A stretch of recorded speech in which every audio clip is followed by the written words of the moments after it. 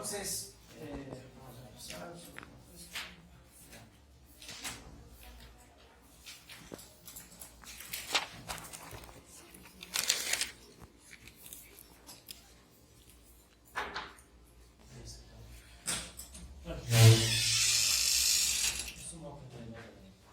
Bien, ok colegas, entonces verán, ¿cuál es el plan del día de hoy? Mi plan es el siguiente. Voy a hacer una explicación global de los temas que nosotros, digamos que tenemos pendiente de estudio, ¿no? Entonces nos quedan pendientes algo así como unos 3 temas, si no me equivoco, sí, 3 temas. Entonces los voy a abordar de forma bastante amplia, bastante global, como para darles una guía que ustedes puedan también revisar por su cuenta este material, ¿de acuerdo? Entonces, ¿cuál es el objetivo, colegas? El objetivo es que ustedes van a tener el video que en este momento nos está ayudando el compañero, junto con las láminas, junto con las lecturas que también voy a asignar para esto, que básicamente van a ser todas las lecturas en español, ¿de acuerdo? No va a haber lectura en inglés con la cual voy a trabajar. Solo voy a trabajar con las lecturas en español, las láminas y algún otro tema o discusión que hayamos tenido en clase. ¿Sí? Entonces, ¿cuál es el objetivo? El objetivo es que después ustedes puedan revisar con un poco más de calma, leer con más detenimiento las láminas y, como siempre, si tienen alguna duda, por favor, me avisan y me pueden escribir al WhatsApp, sea al grupo, sea personal. Yo estoy completamente disponible para resolver sus dudas, ¿de acuerdo? Entonces, avancemos. El primer punto que quiero discutir o conversar con ustedes, compas, es el objeto de estudio de la economía política, ¿de acuerdo? Y un poco hablarles del método que necesitamos para estudiar la economía política, ¿ya? Entonces, ¿qué es lo que nosotros hemos hecho hasta ahora? ¿Sí? Sacar un poco esto y me voy directo a lo que hemos revisado hasta el momento. Entonces, nosotros en clases pasadas lo que hemos estado estudiando es cómo ha ido avanzando el pensamiento, el pensamiento económico desde los orígenes de la economía política, ¿verdad? Por ejemplo, nosotros hemos estado revisando los mercantilistas, bueno, fuimos desde los griegos, pero en realidad lo que me interesa es desde los mercantilistas, clásicos, Marx, luego vimos cómo se dio la ruptura marginalista, y después de la ruptura marginalista vino el enfoque neoclásico de Marshall, y después ya vimos todo este tema de la escasez y demás, que terminó por último en el modelo de equilibrio general, ¿sí? Creo que habíamos hablado un poco sobre Gary Becker y otros. Ok, entonces, en toda esa discusión que tuvimos, surge un problema. Y el problema es, bueno, ¿cuál es el objeto de estudio de la economía política? O sea, ¿cuál es el tema que en realidad debemos estudiar si estamos metidos en este mundo de la economía política? Entonces, verás, rápidamente vamos a abordar un poco este tema, o sea, qué es el objeto de estudio. Y para eso nos vamos a ayudar rápidamente de un texto que escribió Marx, que se conoce como las tesis sobre Feuerbach. ¿De acuerdo? Las tesis sobre Feuerbach, que son básicamente algunas ideas que Marx escribe en su momento, son unas 10 ideas, ¿sí? No, pero 11 ideas creo que son, en las cuales Marx da unas nociones de, bueno, una crítica en pocas que él hace al pensamiento filosófico de la época, ¿de acuerdo? Para nuestros objetivos muy concretos, esta crítica que hace Marx nos va a servir más bien para delimitar mejor cuál es el tema o el objeto de estudio de la economía política, ¿ya? ¿De acuerdo? Entonces, dentro de estas tesis sobre Feuerbach que plantea Marx, existe la posibilidad de plantear algo que vamos a llamar la hipótesis de la dialéctica social, ¿de acuerdo? Entonces, ¿qué va a ser la hipótesis de la dialéctica social? ¿Sí? Por ponerlo súper simple, aquí viene la idea, ¿ya? Vamos a asumir que la dialéctica es un resultado social, ¿de acuerdo? Entonces vamos a asumir que la dialéctica es un resultado social y obviamente esto ya nos lleva a una primera pregunta: ¿qué es la dialéctica? ¿De acuerdo? Entonces, en términos súper generales, podemos nosotros entender a la dialéctica como contradicción. ¿Sí? Ya vamos a ir profundizando y demás, pero digamos que en términos súper amplios o súper generales podemos entender a la dialéctica como contradicción. Es decir, que el avance de las sociedades genera contradicciones, ¿de acuerdo? Entonces, el avance en la historia de las sociedades nos genera contradicciones y vamos a decir que eso es un resultado típico de las sociedades, ¿de acuerdo? Entonces, eso le vamos a llamar nosotros la hipótesis de la dialéctica social. En otras palabras, las sociedades en el devenir de su historia generan contradicciones y esas contradicciones pueden verse expresadas de muchas maneras, ¿de acuerdo? Entonces, nosotros aquí vamos a resaltar algunas maneras en las que surgen las contradicciones, así llamadas dialécticas, ¿de acuerdo? Ya. Entonces, verán, aquí tienen una cita, ¿sí?, que no me voy a detener a discutir a fondo, pero más o menos da una idea de qué queremos decir con esto de la hipótesis de la dialéctica social, ¿sí? Entonces, antes que nada, valdría la pena muy rápidamente aclarar un poco qué es esto de la dialéctica en términos más amplios. La dialéctica tiene sus orígenes en la filosofía, incluso griega, ¿ya? Pero el punto medular para mí es el aporte que hace un autor o un filósofo que se apellida Hegel. ¿Sí? Entonces Hegel es un autor que a muchos lo consideran el padre de la dialéctica en el pensamiento filosófico. Y Hegel plantearía que la dialéctica existe, pero él lo vería desde el mundo de las ideas, ¿ya? Es decir, en el mundo de las ideas, el avance de esas ideas genera contradicciones, ¿ya? En cambio, nosotros lo que vamos a hacer, y bueno, en realidad lo que hace Marx, ¿sí?, en oposición a Hegel, es decir, bueno, yo tomo la intuición de Hegel de que en el mundo de las ideas surgen contradicciones, ¿sí? Ya vamos a ver esto con más calma, y le doy la vuelta para decir que más bien no es en el mundo de las ideas, sino en el mundo social, ¿de acuerdo?, material, donde surgen las contradicciones, ¿de acuerdo? Entonces, digamos que esa es la raíz filosófica de esta discusión, que obviamente por cuestiones de tiempo no voy a profundizar, pero por lo menos vale la pena tener presente eso, ¿no? O sea, la raíz del pensamiento filosófico en cuanto a la dialéctica, Marx la toma especialmente de Hegel.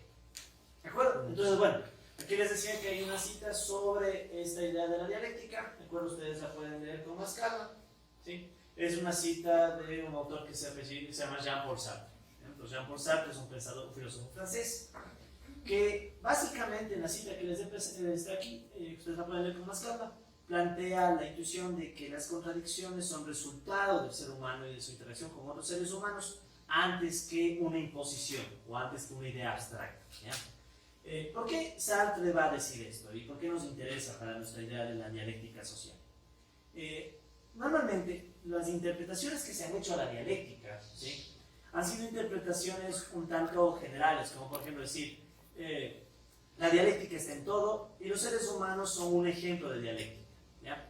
Ya vamos a topar esto con más calma más adelante, pero el punto al que quiero llegar es que autores como Sartre y otros, ¿sí?, van a justificar justamente lo que vamos a plantear nosotros, es decir, que la dialéctica nace como contradicciones en el desarrollo de la sociedad y no al revés. No es que digamos que existe una dialéctica en absoluto. Qué lindo cómo nos ayuda con el audio de la compañera. Entonces, existe una dialéctica en absoluto y digamos que esta dialéctica en absoluto afecta, digamos, a la sociedad, ¿ya?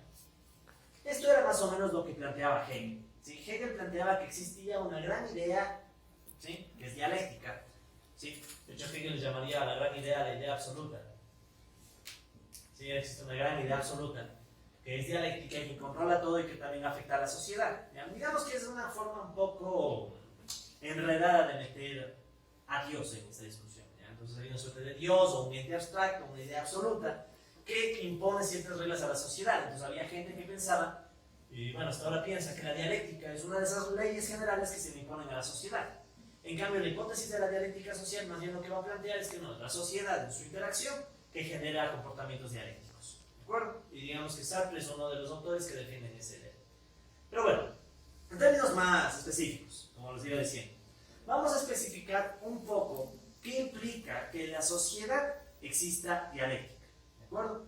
¿Qué implica que en la sociedad exista dialéctica? Entonces, básicamente nosotros vamos a plantear para esta discusión algo que se conoce como las leyes de la dialéctica, ¿ya? Y nótese que el término leyes está entre comillas, porque en realidad estas no son leyes científicas ni cosas parecidas, sino que son más bien ciertos patrones, ¿no? O sea, vamos a asumir que en la sociedad hay ciertos patrones que nos hacen creer que el comportamiento de esa sociedad es contradictorio, sin que necesariamente esos patrones se cumplan científicamente. Entonces son más intuiciones, si desean, ¿ya? Pues como bien les decía, estas intuiciones las vamos a tomar a través de unos textos de Hegel, en particular la fenomenología del espíritu, la ciencia de la lógica, ¿sí? Son los textos básicos en los cuales Hegel plantea estas leyes, ¿ya? Pero lo que vamos a hacer nosotros es tomar estas leyes de la dialéctica o de la contradicción que plantea Hegel y ver cómo surgen en la sociedad, ¿ya? Y por cierto, ¿por qué estamos haciendo esto? Porque recordemos, estamos tratando de delimitar el objeto que estudia la economía política. Y obviamente creo que estamos claros de todo lo que hemos conversado hasta ahora, que por lo menos vamos a estudiar a la sociedad. O sea, eso es obvio, ¿verdad? Entonces ahora queremos entender un poco más cómo es la sociedad para saber cómo la estudiamos, ¿ya? Y qué estudiamos de la sociedad. Pues verán, estas leyes de la dialéctica, entre comillas, las vamos a dividir en dos grandes grupos, ¿ya? Por un lado vamos a hablar de leyes, entre comillas, transversales, y por otro lado vamos a hablar de leyes específicas, ¿de acuerdo? Estos nombres son nombres que propongo yo, o sea, no es que están así en los libros de texto, sino que yo los he tratado de organizar así, para que ustedes puedan entender un poco mejor. Ahora, ¿qué significa esto de transversal? Que siempre se puede ver en cada caso, ¿no? O sea, es como que atraviesa todos los casos. En cambio específica, digamos que son caso por caso, ¿ya? Después va a haber un cuadrito en el cual esto se aclare mejor. Pero por ahora, quiero ir entendiendo qué queremos decir con cada una de estas leyes de la dialéctica. Entonces, por ejemplo, una primera ley de la dialéctica, entre comillas, es lo que se conoce como la interacción recíproca. Y la interacción recíproca básicamente plantea que en la sociedad todo está interrelacionado con todo, formando un sistema complejo. ¿De acuerdo? Entonces, ¿qué queremos decir con esto? Podemos ser muy simplistas, ¿no? Entonces podríamos decir que en la interacción recíproca recogemos la idea de que en una sociedad, ¿sí? ¿Qué es una sociedad? Para no complicar la vida. Varios individuos, seres humanos, que están interactuando entre sí, ¿verdad? Entonces, tienes varios individuos que están interactuando entre sí. Las interacciones pueden ser de todo tipo, ¿de acuerdo? Puedes tener interacciones a través de relaciones sociales en la producción, en la distribución, en el consumo, ¿de acuerdo? Como también puedes tener relaciones sociales fuera de la economía, ¿ya? En todo caso, la idea de la interacción recíproca es justamente esto. Todo interactúa con todo, ¿de acuerdo? ¿Sí? Esta sería la interacción recíproca. ¿Ya? ¿De acuerdo? Y en esta interacción recíproca la sociedad se vuelve un ente complejo. ¿Por qué hablamos de complejidad? Justamente por esto. Hay tantas interacciones que si resulta ser que algo pasa en algún elemento de la sociedad, es muy complicado definir qué pasa en el conjunto, por todas estas posibilidades, ¿sí? Entonces, un ejemplo bastante fácil y de hecho real es lo que pasó con los subsidios a los combustibles. Hubo un cambio, ¿de acuerdo? Un cambio en la sociedad, y ese cambio en la sociedad, debido a las múltiples interacciones que fueron surgiendo después, generó todo lo que sabemos, es decir, se dio un paro, las redes sociales, por ejemplo, generaron un montón de conexiones entre las personas que derivaron en un montón de cosas que no se esperaba antes, ¿no? Que antes no existían.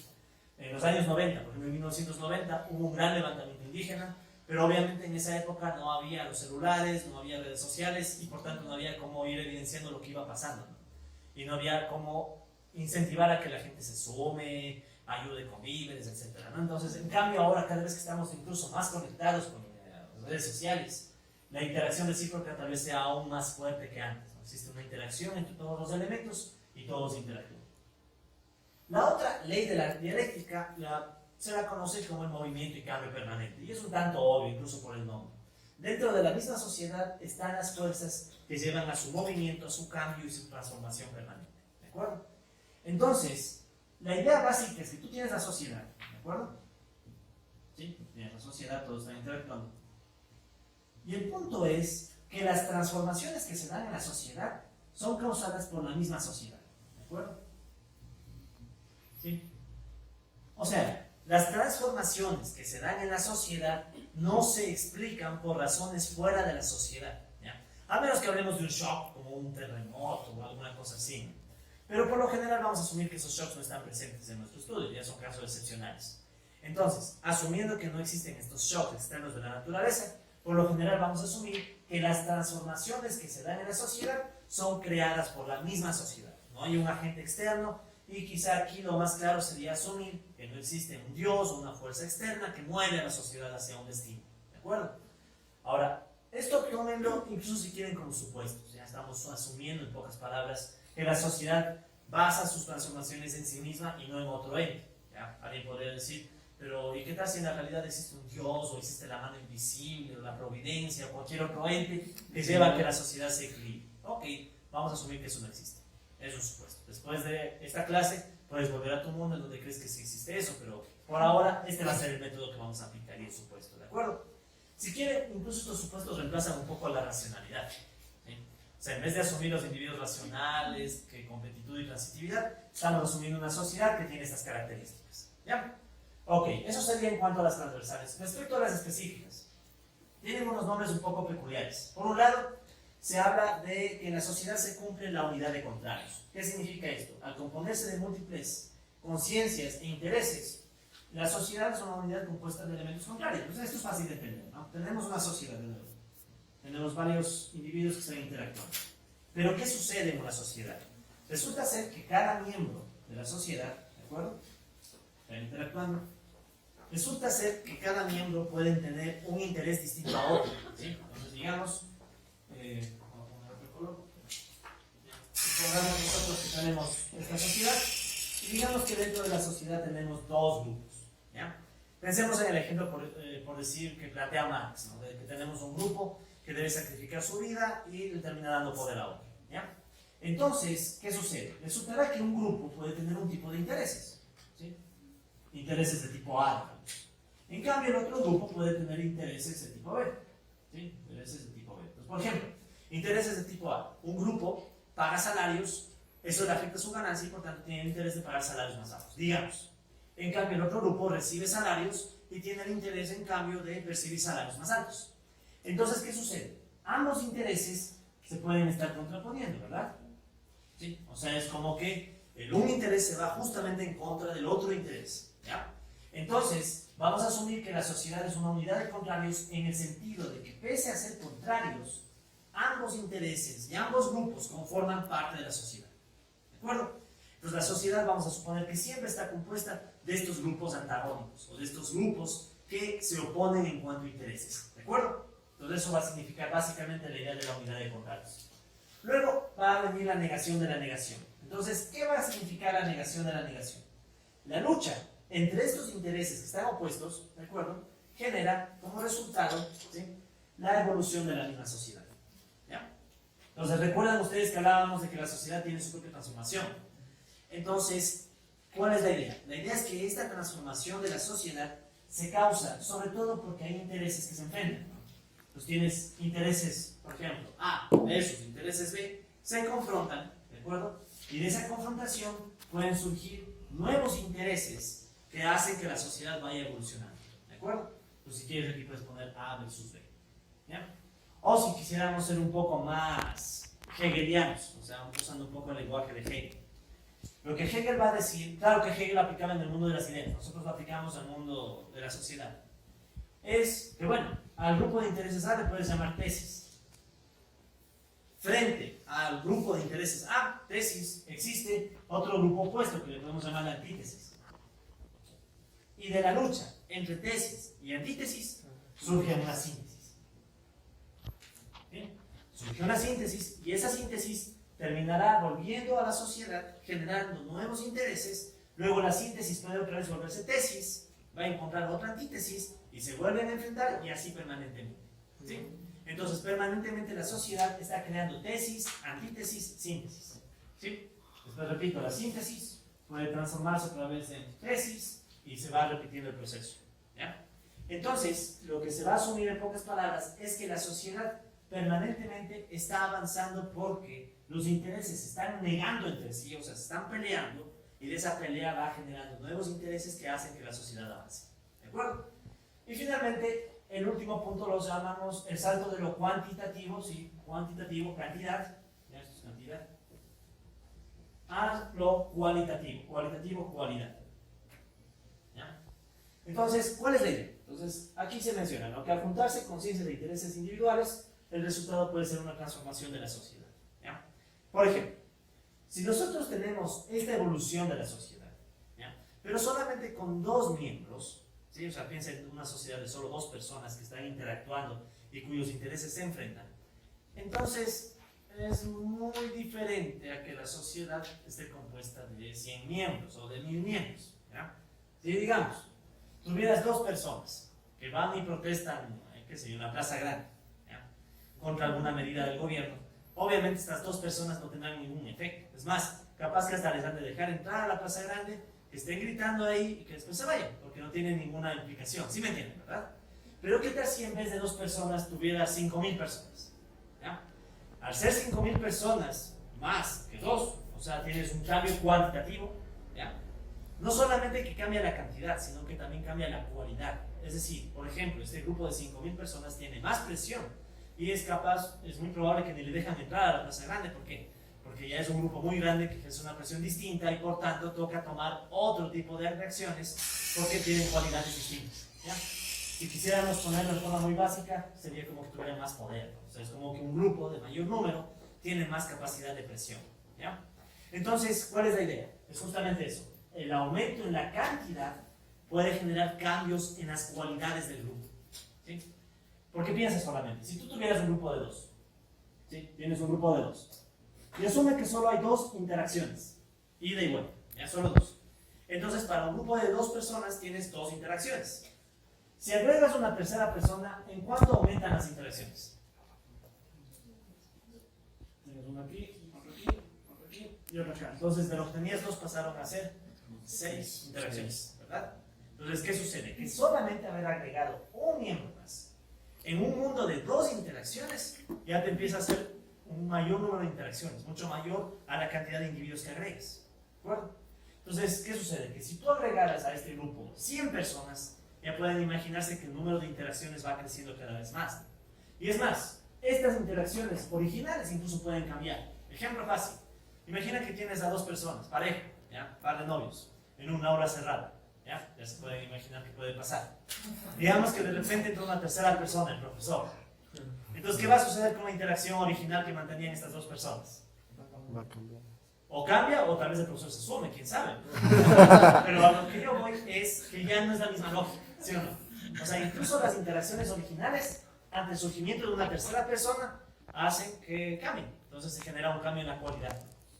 Eso quedó grabado. Sí. Listo. Mejor. Se le mutea nomás en la edición. No tiene que editarse. Entonces, colegas, aquí tiene un cuadro que más o menos va juntando las leyes que hemos mencionado de la dialéctica. ¿De acuerdo? Entonces, aquí tienen las leyes transversales, ¿sí? Les hemos llamado transversales porque justamente atraviesan a todos los casos, ¿sí? Y aquí está cada caso específico. ¿De acuerdo? Sí, entonces ustedes van a poder ver esto con más calma, pero creo que la intuición más importante ha sido captada, ¿sí? O sea, básicamente lo que estamos diciendo al plantear que se cumple la hipótesis, ¿sí? La hipótesis de la dialéctica social, ¿sí? Lo que estamos haciendo aquí es asumir que la sociedad tiene este comportamiento, ¿ya? Si quieren, ese es nuestro supuesto de partida, que trata de reemplazar al supuesto de la racionalidad del individuo, ¿ya? Entonces es como que de entrada estamos poniendo los supuestos pero a la sociedad y no al individuo. ¿Sí? Se me va echando la idea, ¿no? Ok, sigamos. Entonces, colegas, hay algunas razones por las cuales uno podría decir, bueno, ¿y por qué tenemos que aceptar que la sociedad es dialéctica? Es decir, solo porque lo dice el profe, solo porque lo planteó Marx, copiándole un poco a Hegel y cambiándole un poco el sentido de las palabras, o hay razones, ¿ya? Entonces, en esta lámina ustedes van a encontrar algunas razones, ¿sí? Para justificar el supuesto de que la sociedad quizá es dialéctica, ¿ya? Entonces, por poner algunos ejemplos, ¿no?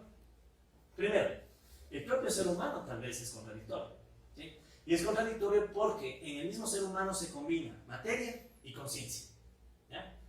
Esto de materia y conciencia se lo puede ver con un ejemplo bastante cotidiano, digamos. Cuando se enfrenta, ¿cómo se decir? La mente y el corazón. Corazón, entre comillas, por decir placer carnal, ¿ya? Por encubrirte el placer carnal. Entonces, ¿qué pasa? Normalmente tu mente te dice, no, esta persona me hace daño, no debo seguir, que no sé qué. Pero en cambio, ¿qué te dice tu placer carnal? Tu corazón. ¿Qué te dice?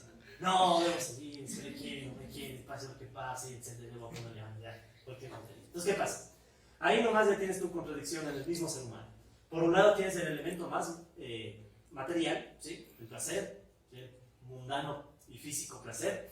Pero por el otro lado tienes la conciencia abstracta, la generación de ideas, la mente y toda la racionalidad humana, que es el raciocinio, para no llamar de racionalidad. Entonces, ya el ser humano por sí mismo te podría dar un justificativo de por qué hablamos de dialéctica, ¿sí? Pues el ser humano en sí puede ser contradictorio. Y aquí tienen muchas otras cosas, ¿no? Por ejemplo, creo que es bastante obvio y esto creo que es casi difícil de negar. La sociedad siempre está cambiando. O sea, nosotros mismos con el tiempo cambiamos, ¿de acuerdo?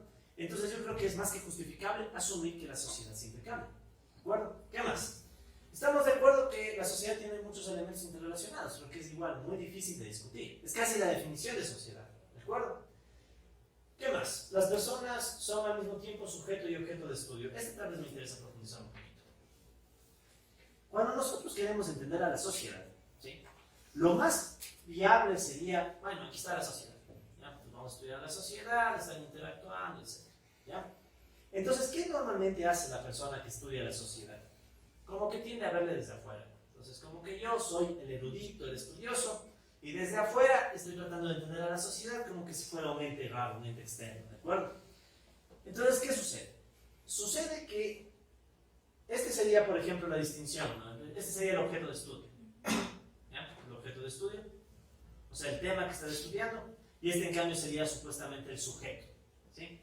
Esta es una distinción que hizo Immanuel Kant, ¿ya? En términos filosóficos.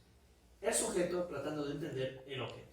¿De acuerdo? Entonces, nuestro objeto de estudio es la sociedad, y nosotros en teoría seríamos el sujeto que ve al objeto. ¿Ya? ¿Cuál es el problema de este enfoque? ¿Ya? ¿Y por qué nace incluso aquí un elemento dialéctico? Porque en realidad el sujeto que está tratando de entender al objeto también es parte del objeto. ¿Sí? Digamos, quieres entender a la sociedad ecuatoriana, pero hay un hecho. Tú también eres ecuatoriano. Todos son ecuatorianos en esta clase, ¿verdad? Sí. ¿Sí? O si no lo fueras, pero estás dentro del Ecuador. Entonces, al estar dentro del Ecuador, te guste o te disguste, vas a estar afectado por muchas cosas que le afectan a los demás ecuatorianos. Ejemplo, la cultura. ¿Sí? O sea, tú quieres estudiar o entender por qué los ecuatorianos son como son. ¿Ya? O sea, por qué somos tan, no sé, ¿no? Impuntuales, ¿qué más? Son. A ver, díganme. Matones.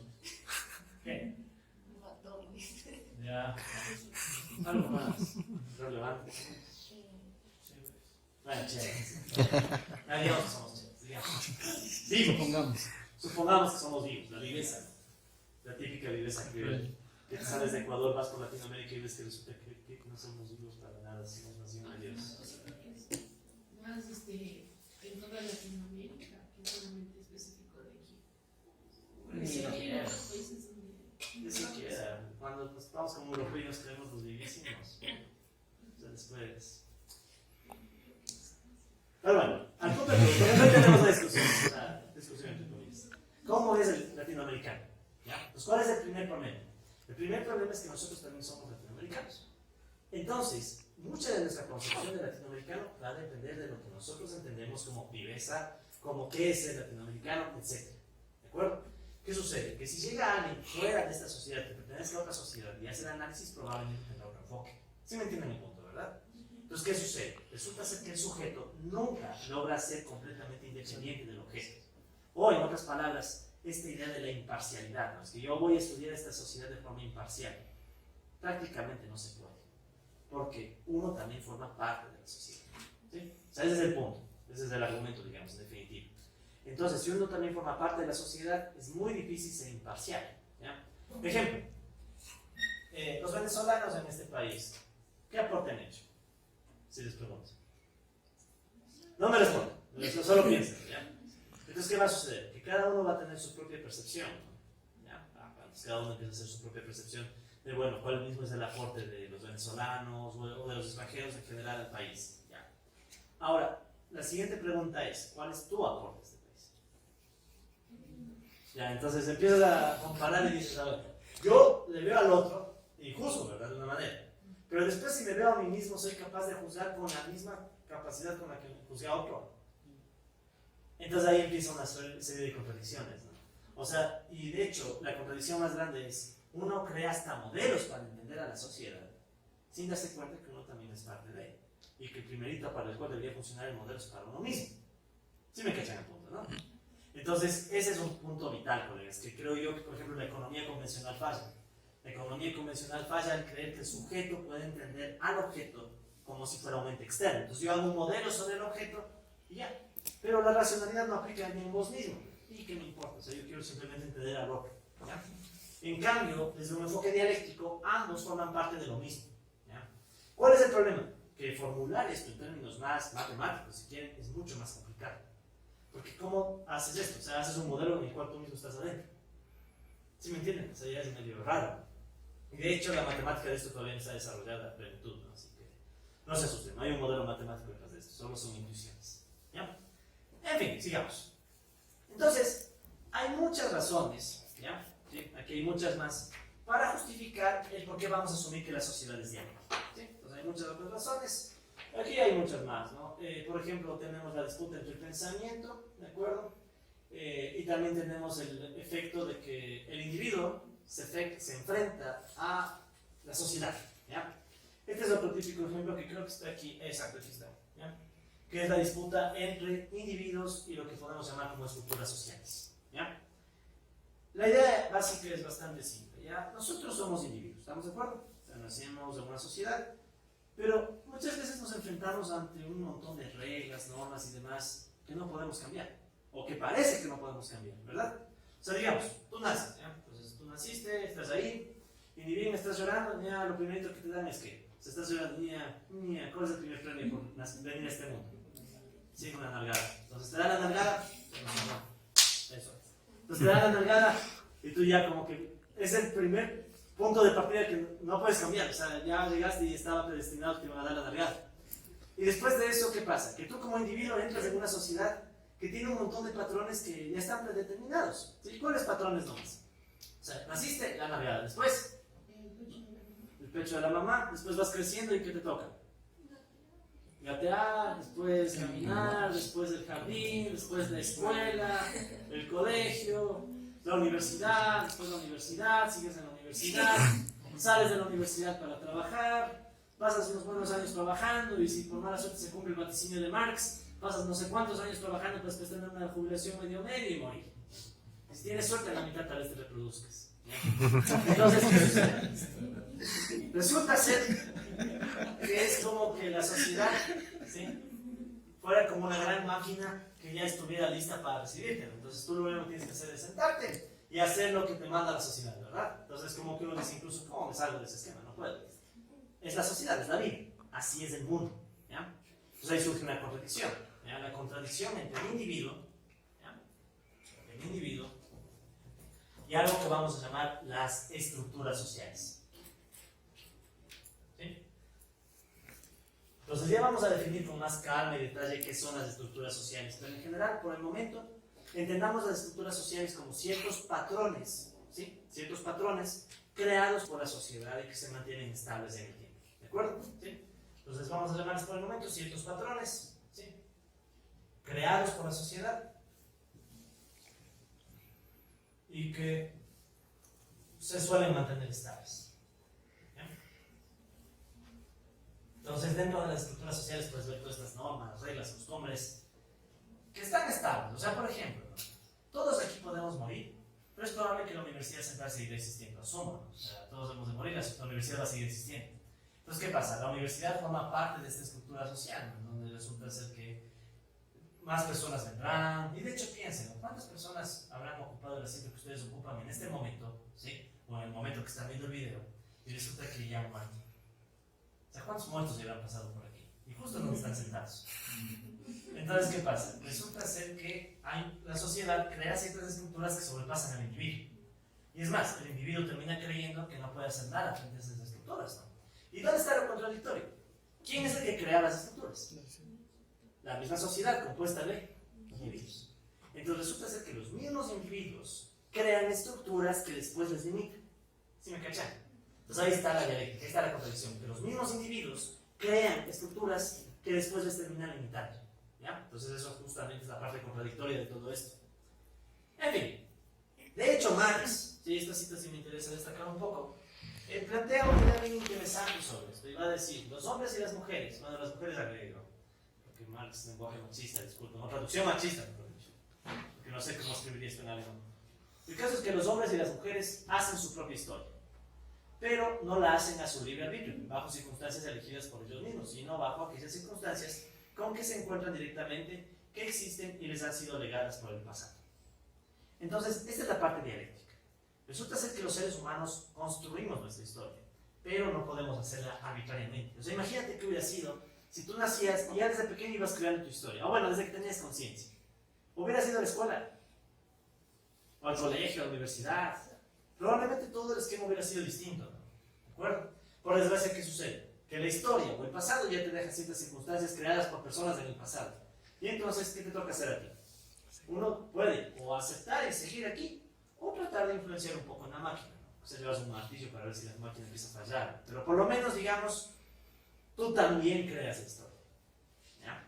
Aunque parezca que no, tú también creas. De hecho, en este mismo instante, estás marcando una parte de tu historia. O sea, estás sentado en vez de haber faltado, por ejemplo. ¿Sí? Eso va especialmente para ustedes. Sigamos. Entonces, tenemos algunos argumentos, ¿de acuerdo?, para justificar que la sociedad tal vez puede ser dialéctica, ¿ya? Entonces aquí tenemos justamente más detalles de esto de las estructuras de los individuos, ¿no? Entonces, en apariencia, el individuo viene al mundo y las estructuras no se pueden cambiar, ¿de acuerdo? Esa digamos que es la apariencia, ¿sí? A veces a esta apariencia también se le suele llamar el fenómeno, ¿sí? Hola. Sí, el fenómeno. Es decir, tú te topas con un fenómeno, una apariencia, de que el mundo no puede cambiar.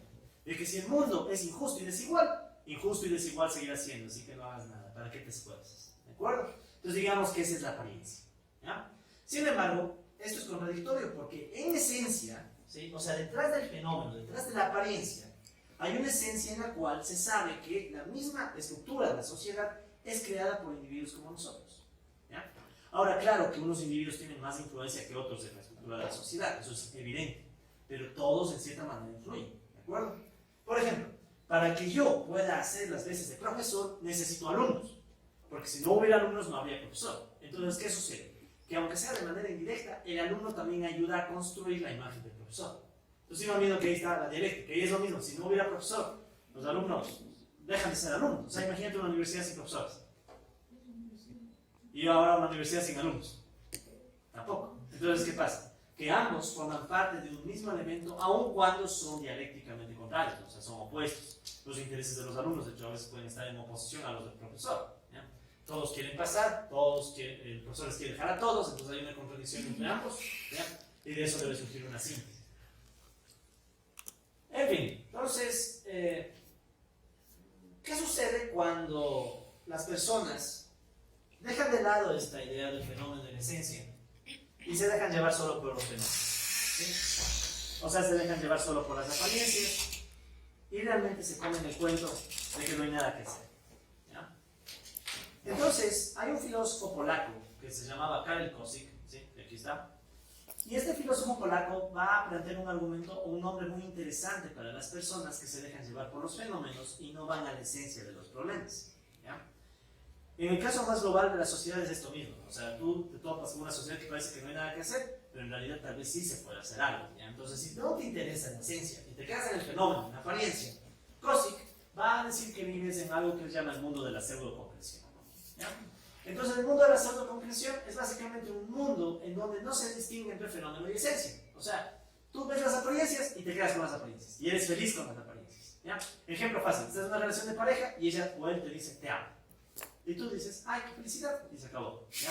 Y te quedas con el te amo y no vas un poco más al fondo de las cosas, ni analizas, bueno, ¿por qué mismo me dijo que me ama? Nunca nadie me ha dicho que me ama, soy tan feo y cómo así me ama. O sea, no vas a la esencia y te quedas en la apariencia, ¿ya? Entonces, Kosik va a decir que vives en el mundo de la pseudoconcreción, donde se cumplen algunas condiciones. Ejemplo, dice Kosik que, ok, vives en un mundo de fenómenos externos.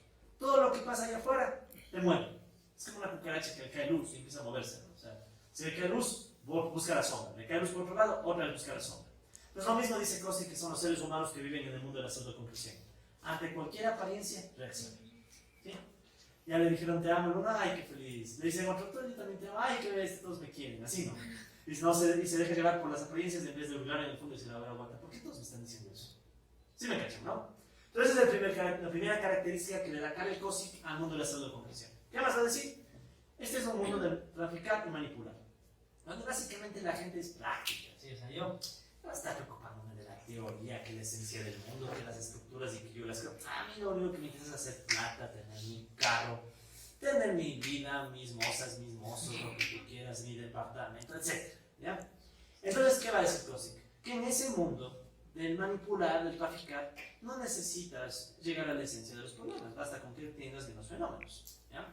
También, Kosik va a decir que el mundo de la pseudoconcreción es el mundo de lo que él llama representaciones comunes y fetiches, ¿ya? Representaciones comunes es una forma elegante de decir el mundo simplón, ¿ya?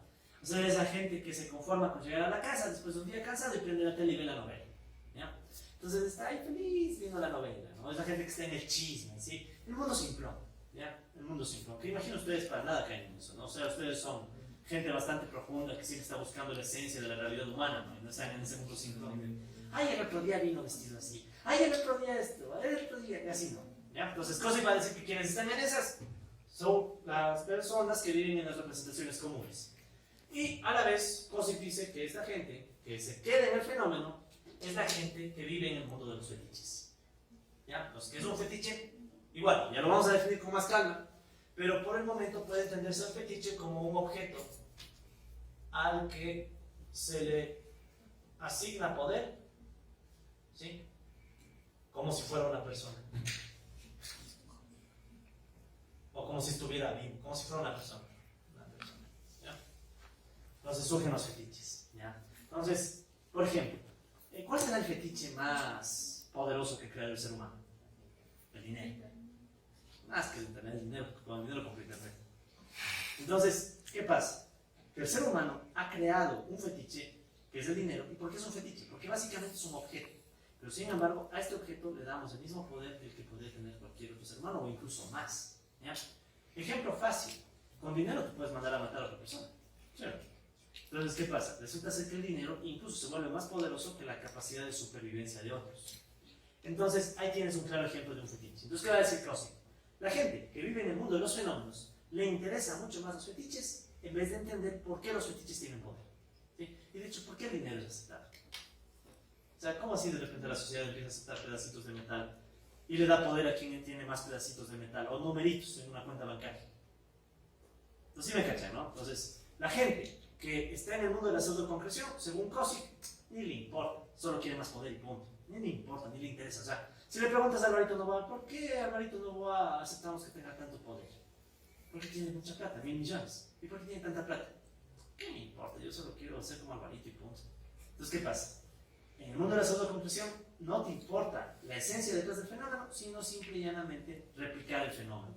Tener fetiches, ¿sí? Tener mercancías, porque esa es otra forma de tener fetiches. ¿De acuerdo? Y finalmente Cossi dice, bueno, también esta gente vive en el mundo de los objetos fijados, o sea, cree que nada puede cambiar. ¿De acuerdo?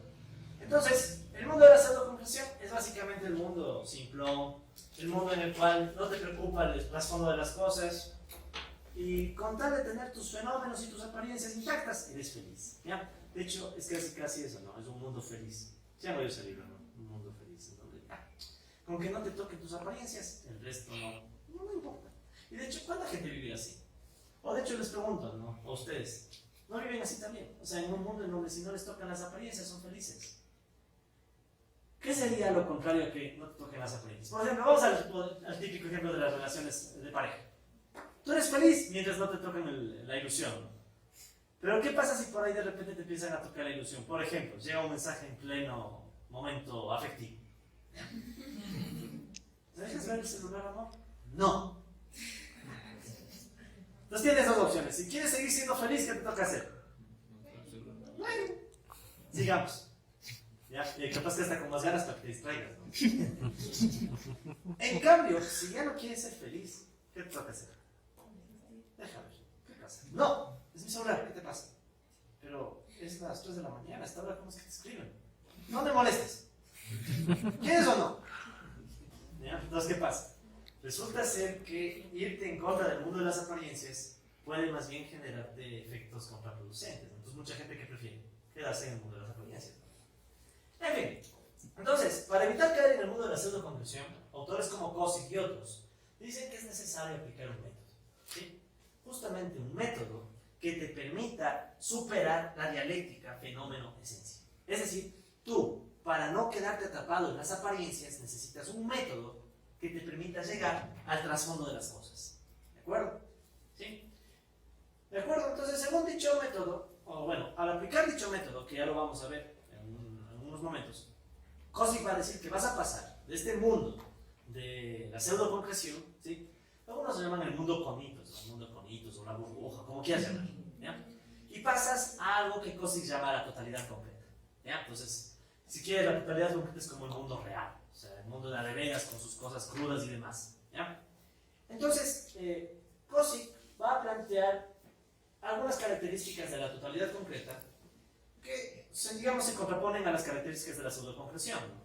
Entonces, en general, sí, para no entrar mucho en detalles, ver el mundo como totalidad concreta, según Kozik, es como abrir los ojos, ¿ya? No quedarte en la apariencia e ir más allá, cueste lo que cueste, ¿ya? Entonces, cuando tú ves al mundo como totalidad concreta, empiezas a ver varias de las cosas que ya mencionamos. Por ejemplo, empiezas a ver que, bueno, todo tiene una estructura, ¿sí? O sea, hay causas estructuradas, hay interacciones, ¿de acuerdo? ¿Qué más? Hay interrelaciones y los elementos que están interrelacionados tienen incluso jerarquías, ¿no? O sea, piensa por ejemplo en la sociedad, ¿ya? Uno puede quedarse con la visión, de la sociedad tiene un montón de individuos y se acabó, o puedes pensar en la sociedad como un montón de jerarquías, ¿no? Y es más, vamos a la relación de pareja, ¿ya? Cuando estás en esa circunstancia en la que llegó el mensaje, siendo que también hay jerarquías, ¿ya? Si tú eres el que manda en la relación, ¿qué puedes hacer? Pasa el celular. Pero, pasa el celular, pasa el celular. Pasa. Entonces, ¿qué haces? Bueno, toma bien. Pero en cambio, ¿qué pasa si estás del otro lado de la jerarquía? ¿Sonó el celular? Se me hace que sonó. ¿Se ve que sonó? ¡No sonó! Agachas cabeza. No sonó.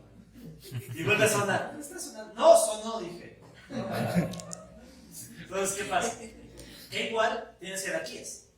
Entonces, ¿qué pasa? Tú, en vez de aceptar las jerarquías y ya, si es que tienes una visión de totalidad concreta, empiezas a preguntarte, bueno, ¿y por qué existen las jerarquías? ¿Cómo si de repente uno tuvo una jerarquía mayor a otra? Y en las relaciones de pareja siempre pasa, yo no sé. Es muy raro encontrar parejas horizontales, bueno, horizontales.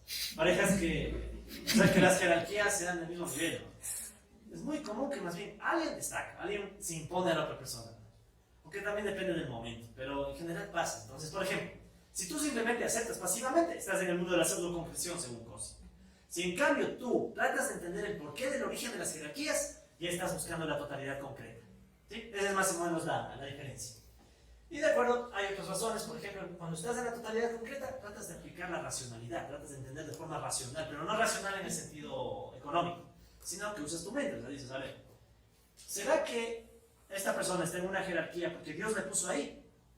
O sea, yo creo que ya estamos en época para creer en eso. Entonces, ¿qué pasa? Que tú, en vez de creer cualquier lógica absurda, empiezas a usar el raciocinio para decir, bueno, este está en una jerarquía porque históricamente, porque es heredero de tal, cual. O sea, ya empiezas a usar la razón. ¿De acuerdo? ¿Qué más?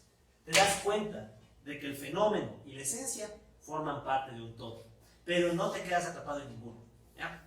Pensemos, por ejemplo, en el mundo, en la realidad humana, el fenómeno puedes pensar que es el cascarón, ¿ya? Entonces este es el fenómeno, la cáscara, ¿ya? Y detrás de la cáscara se supone que hay algo, ¿no? O sea, no sé, dibujemos un algo aquí, ¿ya? ¿Ya? Ni me pregunten qué es. ¿Sí? Digamos que es así. Entonces, ¿qué pasa? Supuestamente, ¿sí? Tú te puedes quedar en el fenómeno y le dices, ay, qué lindo ese huevo dorado, que no sé qué, ya.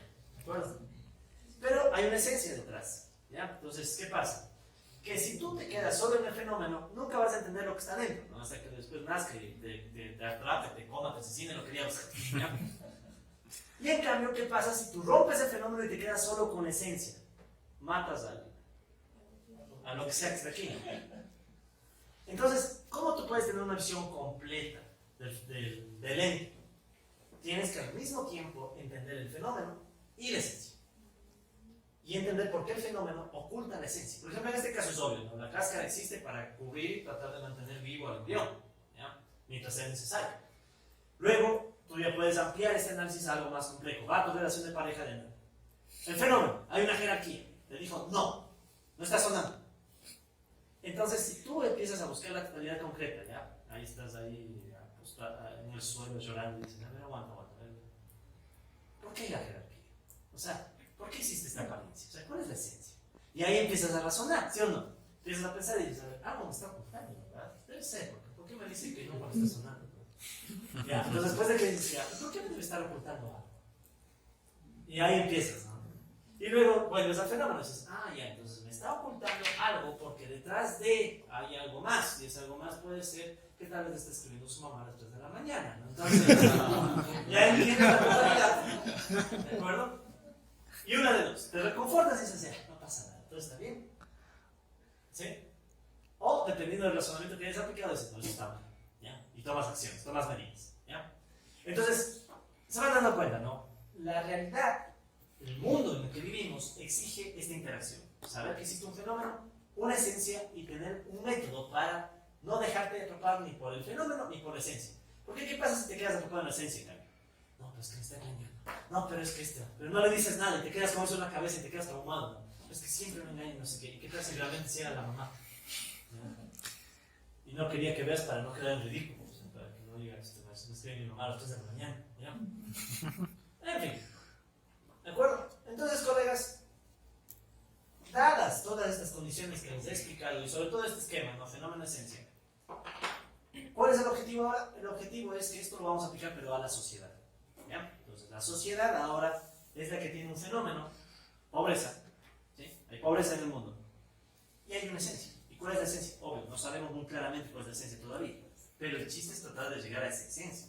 ¿Ya? Hay un fenómeno, ricos y pobres, desigualdad. Hay una esencia. Entonces para algunos, por ejemplo, ¿cuál es la esencia de la desigualdad? No, es que yo me esforcé más que vos, pues por eso yo tengo más que vos. Aunque tú te saques toda la mañana y tarde y noche sufriendo, trabajando, y yo no, pero yo me esforcé más, intelectualmente. Pues. O mi familia se esforzó más que la tuya. O históricamente mi raza se esforzó más o merece más que la tuya. Ya, digamos que ese es el discurso del fenómeno. Pero en cambio, si tú empiezas a hablar un poco más, lees, estudias, analizas, se entenderá que llegarás a una esencia y sabrás si ese discurso es o no real. ¿Sí? Y obviamente no te quedas ahí, sino que después vuelves al fenómeno para, por último, si alguien te dice eso, meter un puñetazo, ¿no? O sea, sí, bueno, creo que tu argumento no es válido, así que pum, ya. Con todo respeto. Al menos eso se hace con los fascistas, ¿no? O sea, cuando te dicen esos argumentos fachos de, no, pues que los pobres son pobres porque quieren, y de hecho en Brasil hubo una época en la cual, ¿saben cómo acababan con la pobreza? Iban los escuadrones de la muerte y iban disparando a la gente pobre. Pues con eso acababas con la pobreza, obviamente, ¿no? Entonces, ¿qué pasa? Que los discursos detrás eran esos, discursos bien básicos. No, pero es que el pobre es pobre porque quiere. No, es que son vagos. No, es que ensucian nuestra ciudad. No, es que ya. Sí me cachan, ¿no? En fin. Entonces, colegas, ¿cuál es el método que vamos a aplicar? ¿Ya? Entonces, me voy a saltar estos pasos y me voy a ir directamente al método. ¿Ya? Entonces. Ya vamos pasando esto lo pueden leer con más calma. Eso. Ya. Yo me voy a ir más bien a la esencia, cómo es el método que, bueno, Marx, porque en realidad es Marx el primero que llega a plantear más o menos este posible método para tratar de entender a la sociedad. ¿Ya? Entonces, primeramente, Marx dice, ok, en el mundo hay algo que podemos llamar el concreto real. ¿Ya? ¿Qué es el concreto real? Es básicamente el mundo material. ¿Sí? Es el mundo material que está ahí y en el cual nosotros también nos movemos e interactuamos. ¿De acuerdo? Luego de ese mundo material, si es el concreto real, el mundo. Nosotros usamos dos sentidos, es un poco obvio, usamos dos sentidos, ¿para qué? Para en nuestra mente hacernos una representación del mundo real. ¿Sí? A esta representación a veces se le llama el concreto representado. ¿Ya? Entonces vamos de nuevo, ¿no? O sea, hay un concreto real que es el mundo real, es fácil de darse cuenta, eso es el concreto real, mundo real. Luego tú usas los sentidos y con eso en la mente te haces un concreto representado, o sea, una representación del mundo. De hecho, si se ponen a pensar, todo el tiempo nosotros vivimos en representaciones del mundo, porque usamos los sentidos todo el tiempo para ver el mundo. ¿Ya? Entonces, en realidad nosotros siempre estamos aquí. ¿Ya? Nuestra mente todo el tiempo está reflejando lo que estamos viendo. Entonces, si tú te quedaras aquí y con esto eres feliz, estarías en la pseudo-concreción. Que sería el argumento de Cosi. O sea, tú ni bien ves algo y ya te emocionas y te quedas como si eres feliz con el mundo feliz, el mundo de las apariencias. Pero, si empiezas a hacer un paso adicional, ¿ya? Por ejemplo, Marx plantea que para tratar de no quedarte atrapado en las apariencias, se necesitan abstracciones. ¿Qué son las abstracciones? Abstracciones viene de abstraer. ¿Qué significa abstraer? De forma muy básica, ¿no? O sea, dejar de lado algunas cosas y quedarte con otras, ¿de acuerdo?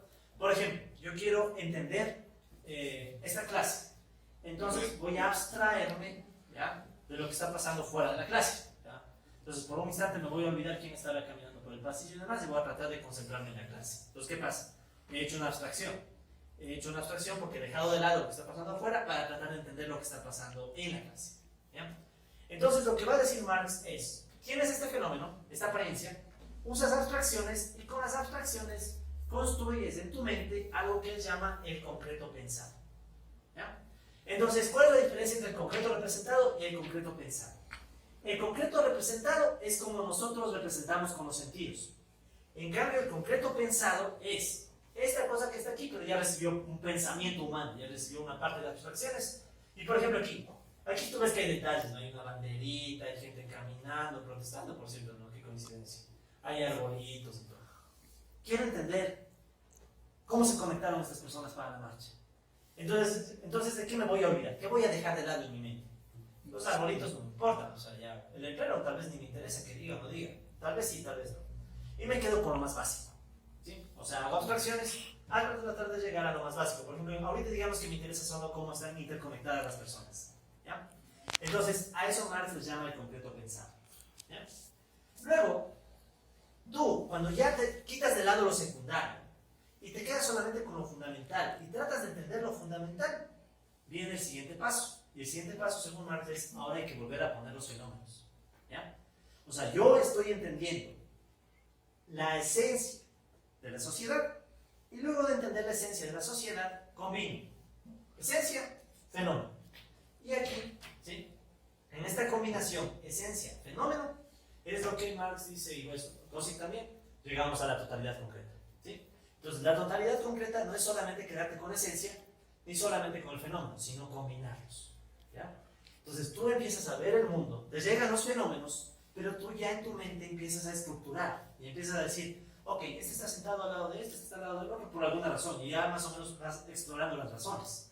No, es que estas personas se conectaron porque usaron redes sociales, listo, ya más o menos, ¿sí me entiende, no? Es decir, al mismo tiempo entiendes la esencia y también el fenómeno, porque dices, mira, está viniendo con la misma ropa que el otro, y tal vez porque se lleva, o sea, ya mezclas los dos, ¿sí? Y ahí es cuando llegamos a la totalidad concreta. Entonces, para tratar de entender a la sociedad, Marx va a decir que se necesita este procedimiento, ¿sí? Porque caso contrario, si tú no aplicas un procedimiento de este estilo, ¿qué va a suceder? Que vas a quedarte en el fenómeno. ¿Y cuál es el fenómeno típico en el que se quedan atrapados los economistas? Oferta y demanda. Es que porque la oferta sube, el precio baja, y porque la demanda sube, el precio sube. Y si no haces un análisis más profundo, ¿qué pasa? Te quedas atrapado en oferta y demanda. Ya vieron que solamente un poquito de análisis más profundo, ¿a qué nos llevó? Nos llevó a la controversia del capital, el RAFA, y ver que el concepto de capital es complicado y que tal vez no se cumple siempre eso de que a mayor demanda, mayor precio. ¿Ya? Entonces, ¿qué pasa? Para eso necesitas pensar. ¿Ya? O sea, esta es la parte que más duele a la gente. Para entender a la sociedad, necesitas pensar. Entonces, volvamos al ejemplo de la relación de pareja, que creo que vos ya se vieron en esas. Entonces, cuando está sonando el teléfono a las 3 de la mañana, lo primero que debes hacer es pensar, antes de actuar. Antes de, no me quieres y bota el celular. Primero pensar. Por un instante dices, ok, el fenómeno es que estoy escuchando el celular. Ya. Luego pienso y digo, a ver, ¿por qué? Y ahí exploras las razones. Después de que exploras las razones, buscas la más plausible, la menos plausible, y la comparas con tu grado de confianza, lo que ya lo sea, y llegas a una conclusión. Y luego tienes que combinar tu conclusión mental con la acción del mundo real. Ejemplo, no, ¿me dejas ver el celular o me voy? Toma, ¿ves? Ahí está mi imagen. Eres feliz. ¿Ya? Ahora te vas. ¿Ya? O tal vez, no, ¿qué te pasa? No, es mi madre, confía en mí. Sí, confío, pero tu madre está muerta. ¿Y por qué no? Entonces, ¿qué pasa? Piensas. Y una vez que razonas, actúas. ¿Sí me cachan? Es como ir a una marcha y no es que si lanzas a piedra el primer chapa que ves. O sea, primero piensas, primero razonas. Entiendes las razones y de ahí coges la piedra y la lanzas. Pero ya razonando y pensando, o sea, no solo por poder lanzar. Porque a veces pasa que después usan a la gente como carne de cañón. ¿Sí? Como les pasó a ciertos centralinos. Cuando fueron cogiendo, creyendo que iban a llegar a Corón. Bueno, miren eso. Ok, entonces Marx dejó algunos textos que justifican el método que les he explicado. Pueden leerlos, no es muy importante, pero digamos que ahí están las justificaciones que da Marx. ¿Ya? La conclusión, finalmente, lo más importante, digamos, de este método, es el surgimiento de algo que se llama la praxis. ¿Sí? Entonces, este es el concepto medular que nace de todo lo que hemos dicho. Si la sociedad es dialéctica, por tanto es compleja, Por tanto, tiene todas estas cosas raras y tiene fenómenos y esencia, porque es la dialéctica, fenómenos y esencia. Entonces, yo no puedo actuar a la loca quedándome en el fenómeno, ni me puedo quedar atrapado en la esencia teórica todo el tiempo. Necesito combinar teoría y práctica. ¿Sí? Entonces, surgiría algo que se le llama la filosofía de la praxis. ¿Ya? Entonces, un autor, pensador llamado Antonio Gramsci, en italiano, diría en uno de sus textos llamado Los años de la cárcel, específicamente en el cuaderno 7, diría que la praxis es la igualdad o ecuación entre filosofía y política, entre pensamiento y acción. ¿De acuerdo? Dicho en otras palabras, la praxis es la combinación al mismo tiempo de teoría y práctica. O sea, no te quedas atrapado ni solo en la teoría, ni tampoco te quedas atrapado solo en la acción, sino que las combinas. ¿Sí? Entonces, ese digamos que es el concepto medular que nace como método para tratar de entender la economía política. ¿Sí? Entonces, ¿qué pasa en el mundo de la economía política? Si te pasas solo haciendo teoría, ¿ya? Pasas toda la vida haciendo modelitos matemáticos. Hay modelos matemáticos hasta de Marx. ¿Ya? Puedes hacer modelos matemáticos y te quedas atrapado en el mundo teórico. Cosa que llega algún político y te manipula nomás. Yo, de hecho, he conocido mucha gente que se quedó atrapada en el mundo de la teoría, ¿sí? Y cuando llega algún político sabido, les apapa y les copia, les pone en sus movimientos. ¿Qué pasa en cambio si eres del otro lado y solo vives en la acción? ¿Sí? Como mucha gente, que no me interesa. Si vives en la acción, normalmente tomas medidas y políticas estúpidas. ¿Ya? Te dejas atrapar por el momento. Por ejemplo, pongamos aquí a Evo Morales. ¿Qué pasó con Evo Morales? Se creyó todopoderoso y se lanzó para otro mandato, sin un poquito de reflexión de que tal vez haber perdido el referéndum en el 16 ya significaba que la gente ya no estaba tan feliz. Entonces, en vez de eso, ¿qué hizo? Se lanzó. ¿Hizo yo el fraude? O tal vez no se sabe. Bueno, muchos dicen que es demasiado evidente, pero el caso es que hubo eso. ¿Y qué pasó? Terminó jodido el país. Entonces, ¿qué sucede? La teoría sin práctica se vuelve estéril. Pero la práctica sin teoría se vuelve idiota y está asesino. O sea, puede pasar cualquier cosa. Entonces, ¿qué es lo mejor? Teoría y práctica, interactuando al mismo tiempo. ¿Sí? Entonces, repito, eso se les llama praxis. ¿De acuerdo? ¿Alguna pregunta hasta ahí? Sí está clara la idea, ¿no? Entonces, ¿por qué necesitamos la praxis? Porque estamos asumiendo que la sociedad es dialéctica. Si la sociedad no fuera dialéctica, sería súper fácil. Reacciono según lo que pasa, punto. No tendría que estar pensando todo el tiempo, ¿ya? O sea, si escucho a las 3 de la mañana que suena el celular, simplemente cojo y voto, ya no suena, sigamos. Si ustedes hicieran eso, ¿cómo reaccionaría la otra persona? O sea, imagínate, sin pensar, simplemente sonó, coges botas, porque el ruido te está estorbando y sigamos. Sigue vos, o sea, aunque sea con tu celular muerto, diles y te vas. Pero en cambio, ¿qué pasa si quedas solo en la teoría? Sigues recibiendo los golpes, claro. O sea, sigues ahí, pero traumatizado por dentro, porque has comido tu espíritu y llorando así, pero por dentro. Que no pasa nada, pero no puedo hacer nada. Así es. Entonces, ¿qué sucede? Necesitas comida. ¿Listo? Ok, colegas. Hay algunas conclusiones que esto me lo pueden leer. Creo yo que el argumento ha quedado claro. ¿Listo? Bien. Entonces, colegas, eso con respecto al método de estudio de la economía política, el 1.5. Vamos al 1.6. Bueno, algo más quería mencionarles sobre esto antes de pasar al siguiente punto. A la final, uno puede decir, profe, ¿y por qué se complica tanto el estudio de la sociedad? O sea, podríamos ser muy simples. O sea, estudiemos la historia. Esto es lo que hace mucha gente. Estudiamos la historia y según cómo va avanzando la historia, repitamos o no repitamos la historia. Entonces, ¿cuál es el problema de la historia, por ejemplo? Que igual está llena de fenómenos. Por ejemplo, ¿cómo te dicen que se liberó Latinoamérica del yugo español? Es que Simón Bolívar, primero se han visto la película de Bolívar, o la serie de Bolívar, no sé qué. Y empiezas a tener estas figuras individuales que lo hacen todo. O vamos a la época moderna. Pero, profe, el discurso de Rafael Correa era potente y hacía sentir que nuestro país ya era importante en el mundo y no sé qué. Es la apariencia, es el fenómeno, el discurso. Empiezas a volver un poco y ahí empiezas a ver la realidad de la esencia, ¿ya? Y de hecho es lo que vamos a terminar haciendo con el caso ecuatoriano. O sea, vamos a ir más allá de los discursos para ver cuál es la esencia, ¿sí? Entonces, por eso, colegas, es importante este punto un poco más metodológico. Bueno, ahora sí, pasemos al siguiente. 1.5, 1.6. Ok, colegas. Entonces, una vez que estamos en esta discusión, ¿de acuerdo? De, bueno, ¿qué es la economía política y demás? ¿Ya? Ah, disculpe, creo que me estoy olvidando de algo.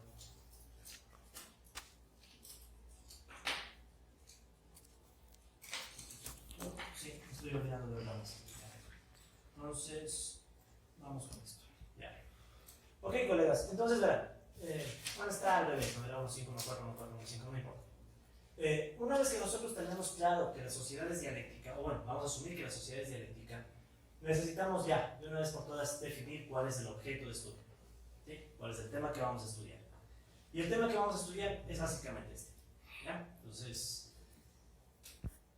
bueno, digamos que bueno, en realidad es una sugerencia que yo les hago de cuál es el tema que estudiamos. O sea, vamos a decir que la economía política estudia cómo la sociedad busca reproducirse material y socialmente, ¿sí? Por medio de la producción, distribución, circulación, consumo, en medio de relaciones de poder, ¿ya? Entonces, aquí digamos que está recogido todo lo que hemos discutido. Una sociedad dialéctica que tiene interacciones, ¿de acuerdo? Y esas interacciones no son arbitrarias, sino que se dan ¿para qué? Para que la sociedad produzca, para que la sociedad defina cuánto le toca a los que reciben de la producción, para que circulen los resultados de la producción y lo más importante también para que consuman, ¿ya? Entonces digamos que esta es la parte más económica: producción, distribución, circulación y consumo, dialécticos, o sea, todos interactuando. La parte más política, en cambio, ¿cuál es? Que todas estas interacciones se dan entre relaciones de poder, ¿sí? Entonces ahí tienes tú, digamos, la economía política, una dialéctica entre la economía, producción, distribución, circulación, consumo, y la política a través del poder, ¿sí? ¿De acuerdo? ¿Por qué combinar economía y política? ¿O por qué combinar producción, distribución, circulación, consumo y poder? ¿Ya? Porque alguien puede decir, ¿por qué metemos el tema del poder en esto? ¿Por qué no hacemos poder en esto? Creo yo que los últimos eventos de nuestro propio país dan o dejan clarito que el poder está en todo esto. O sea, todo el tiempo tenemos relaciones de poder que están influenciando en la producción. ¿Quién decide lo que se debe producir en una sociedad? O sea, de repente tú vienes a la sociedad y hay muchas cosas que están producidas. ¿Por qué? ¿Quién decidió? ¿Por qué se decide, por ejemplo, que se usen transgénicos para producir ciertos productos? No sé si ustedes han ido, por ejemplo, a ver en el Supermaxi o en el Megamaxi o en Santa María, donde compren algún embutido y resulta que todos tienen transgénicos. ¿Quién escogió? ¿Por qué de repente surgieron esos transgénicos? Ya, producción, distribución. ¿Por qué a los trabajadores les toca solo el salario? ¿Por qué el salario básico es solo 3.94, no? ¿Por qué? ¿Por qué de repente a los capitalistas les toca las ganancias? ¿Por qué de repente Alvarito Novoa tiene $1.000 millones? ¿Qué mérito hizo? ¿Por qué no ponemos un impuesto a las herencias por encima de 1.000 millones o de 50 millones? No sé. ¿Sí me cachan? Entonces ahí de nuevo, poder. Circulación. ¿Por qué cuando hubo paro dejaron de llegar ciertos productos a ciertas ciudades? ¿Por qué de repente los centros comerciales estaban desabastecidos y al día siguiente ya estaban llenos? ¿No se fijaron en eso? Que al día siguiente, o sea, en el paro estaban vacíos y al día siguiente entrabas y estaba todo de nuevo lleno. En algunos pasó, no en todos, pero en algunos pasó. Y les puedo decir porque yo fui a hacer compras. O sea, yo fui a hacer compras el domingo, pues vacío. El lunes, lleno. Había productos en bodegas. Sí, no en todos, en otros sí, realmente pasó que no había. Pero a eso voy. ¿Quién decide cuándo hay o cuándo no hay? ¿Sí? Consumo. No, profe, no hay consumo si no hay relaciones de poder. ¿Quién te enseñó a comer con cuchara? ¿Por qué comes con cuchara? ¿Por qué no puedes coger el arroz simplemente con las manos y ya? Sí, o con unos palillos, ya, para no sonar tan tampoco. O sea, ¿quién decidió que hay que usar cubiertos? Vean, por ejemplo, yo soy una persona que odia usar cubiertos. O sea, siempre que puedo como solo con cuchara. Sí. O sea que una vez voy a alguna cena con unos cuantos cubiertos de lado y lado, y no sabía qué hacer. Sí, entonces ya los veía los tenedores chiquitos, medianos, grandes y los cuchillos lo mismo. Y al inicio yo sabía coger al revés cuchillo y tenedor. Siempre me veía raro. Entonces, ¿qué pasa? No, ahora ya no. O sea, les estoy hablando cuando era niño. Pero la pregunta es esa, o sea, ¿quién decide cómo se consume? O sea, hasta en el consumo hay relaciones de poder. Entonces, la economía política, ¿de qué se encarga? Se encarga de estudiar estas cosas, tomando en cuenta que en todas hay relaciones de poder y en todas surgen dialécticas. ¿De acuerdo? ¿Qué más les puedo mencionar de aquí? Bueno, aquí hay algunas razones, algunos problemas cuando uno estudia economía política. Son más metodológicos, ¿no? Esto, por ejemplo, ya creo que hemos mencionado, ¿no? El sujeto y el objeto forman parte de lo mismo. ¿Ya? Entonces eso te complica full. Porque cuando tú estudias economía política, puedes transferir tus propios sesgos al estudio. ¿Sí me crees, no? O sea, tú quieres estudiar al Ecuador, pero lo típico que hacemos es que le metemos nuestros propios sesgos y nuestros gustos al estudio. Ejemplo fácil. No, es que los venezolanos aumentan el desempleo. Vienen a quitar trabajo. ¿Y por qué dices eso? Tal vez porque no te caen bien los venezolanos. En vez de un análisis serio, minucioso, estadístico, no, es porque te caen mal. Como ya te cayeron mal, entonces ya sabes que hacen daño a la economía. Punto. Y si alguien te dice, no, hagamos un estudio, no me molestes, no quiero creer, respeta mi creencia. Ya debe haber topado esa gente. Entonces, ¿qué sucede? Que como el sujeto está también dentro del estudio, el sujeto puede transferir sus dogmas, creencias, mal creencias, prejuicios al momento de estudiar a la sociedad y todo se jodió. ¿Ya? Entonces siempre hay que tener cautela con eso, porque el sujeto y objeto siempre están interactuando. ¿Ya? Y bueno, aquí estaban las tesis sobre Feuerbach que les decía, ¿no? Que Marx plantea para estudiar economía política. Entonces, por ejemplo, ¿verdad? Marx escribe algo bastante interesante, ¿verdad? Dice, quiero darle el punto al meollo de todo esto. Sí, está en la siguiente, ¿verdad? Ahí está, ¿verdad? La teoría materialista. ¿Ustedes ubican qué significa el término materialista en filosofía? Esto es filosofía, por supuesto, ¿no? En filosofía, cuando ustedes ven el término materialista, quiere decir la materia es primero. ¿Sí? O sea, la materia es primero. Es justamente el supuesto que estamos diciendo a cada rato, ¿no? O sea, no existe Dios, no existe alma, primero es la materia y después viene el resto. ¿Ya?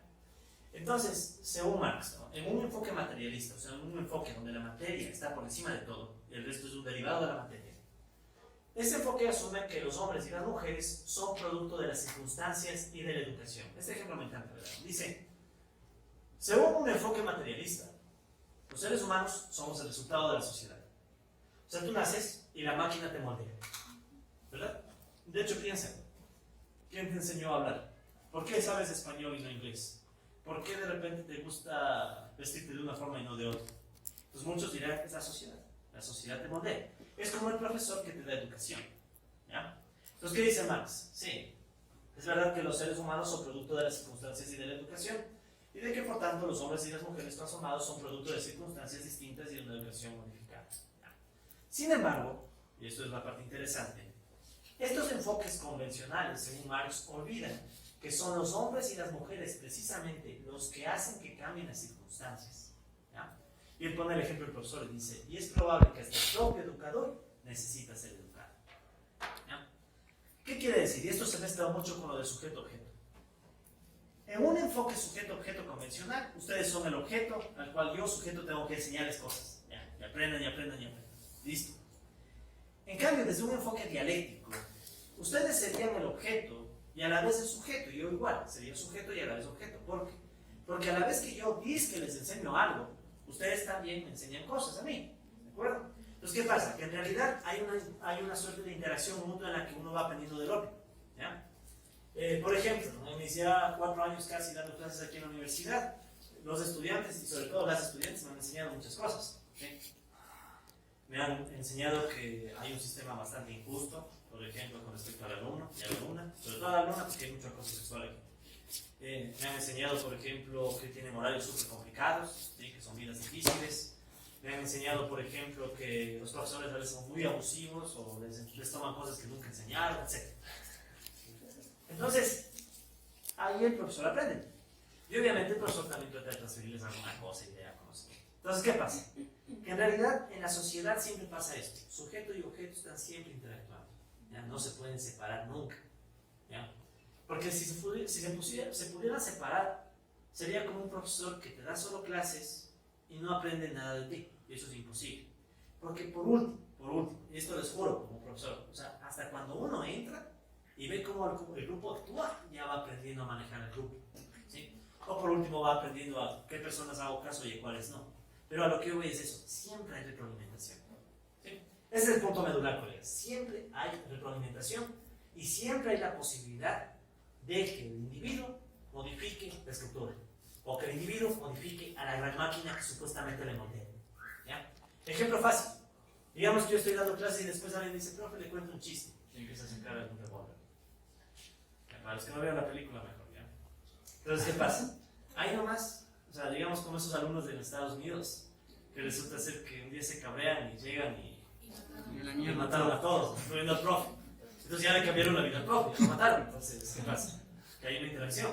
Ahora Donald Trump se portó pilas y dijo, ya, para que no pase eso, debemos de darnos también a los profes. Entonces, ¿qué pasa? Que ahora si un alumno llega y empieza a disparar, el profe también puede disparar. Y entonces, no sé qué termina. Y nadie quita que tal vez llegue el profe rayado y más bien sea el profe que mata a todos, ¿no? De hecho, yo esto es un sueño muy lindo. O sea, que algún día les contaré. Después del examen con las notas en mano, yo les contaría. Sigamos. ¿Qué más? ¿Qué otros problemas hay? Hemos visto también esto de la teoría y la práctica, ¿verdad? La praxis. ¿Qué dice Marx? Que si no se tiene cuidado, se puede crear un atrapado, sobre todo en la teoría. ¿Sí? Esto es lo típico que nos pasa, y digo no, porque a mí también me pasa, que por estudiar a veces demasiado a la sociedad, te puedes quedar atrapado en argumentos teóricos que no sirven para entender la realidad concreta. Te quedas atrapado en la teoría. ¿Ya? Por eso es que incluso este semestre yo quise empezar más bien con el caso ecuatoriano. ¿Por qué? Para que vayan viendo que la economía política te sirve para entender una lectura global. O sea, ahí creo que ya se van dando cuenta, ¿no? Partimos del fenómeno que pasa en el Ecuador. Luego vamos a ver elementos teóricos. ¿Y luego qué vamos a hacer? Volveremos a estudiar el caso ecuatoriano, pero ya con elementos teóricos más profundos. ¿Sí? ¿Para qué? Para que si por último tiras piedras, sepas por qué tiras piedras. O si vas a defender al Estado, sepas por qué lo defiendes. O sea, por último, el chiste es que haya una combinación siempre de teoría y práctica. O sea, que siempre exista praxis. ¿Ya? Igual, ustedes pueden leer esto en sus casas, así que voy a omitir y me voy directo al siguiente tema. ¿Ya? Entonces, primer punto, sujeto-objeto. Sujeto y objeto forman parte de lo mismo. Segundo punto, siempre hay que combinar teoría y práctica. Porque si te quedas en lo uno o en el otro, te jodiste. Siguiente punto. A veces, cuando uno se queda atrapado en la teoría o en la práctica, más que nada en la teoría, puede suceder que nos quedamos atrapados en dogmas o en creencias idealistas. ¿Ya? Idealistas no son las idealistas en el sentido de quiero cambiar el mundo, ¿no? Es idealista en el término filosófico de idealismo. Idealismo es lo contrario al materialismo. Entonces, si el materialismo dice la materia crea todo, el idealismo en parte desde lo abstracto crea todo. ¿Sí? Un ejemplo de idealismo es la creencia en Dios. ¿Ya? Entonces, cuando uno cree en Dios, en términos filosóficos se dice que es idealista porque cree que hay un ente abstracto que es el que crea la materia. ¿De acuerdo? Personalmente, repito, yo soy materialista. Soy materialista, soy ateo, soy dialéctico, pero ustedes tienen derecho a creer lo que gustan, o sea, eso no tiene nada que ver con la materia. Simplemente lo que les estoy diciendo es que puede haber creencias idealistas, o sea, puede haber gente que crea que el mundo depende de ciertos dogmas básicos. ¿Ya? Por ejemplo, la naturaleza humana.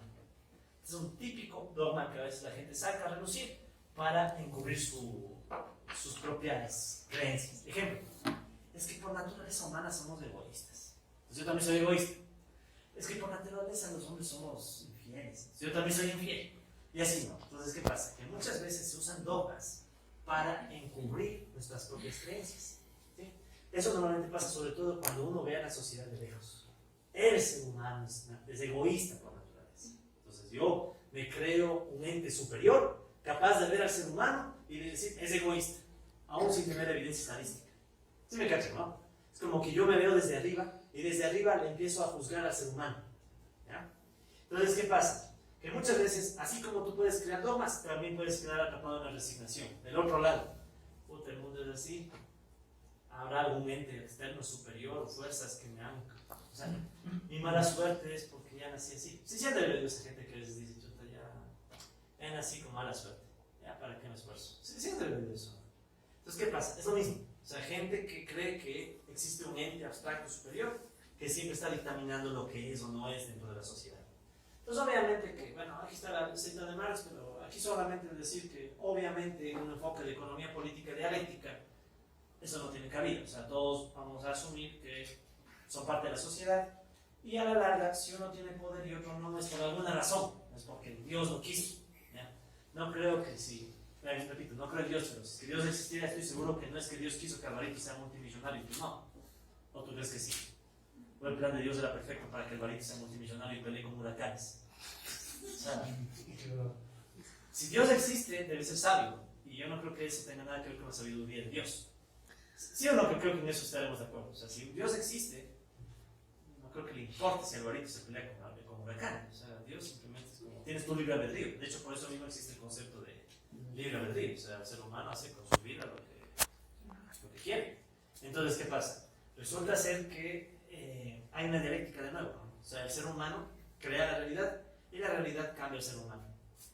De hecho, si uno quisiera ser cruel, ¿quién creó a Dios?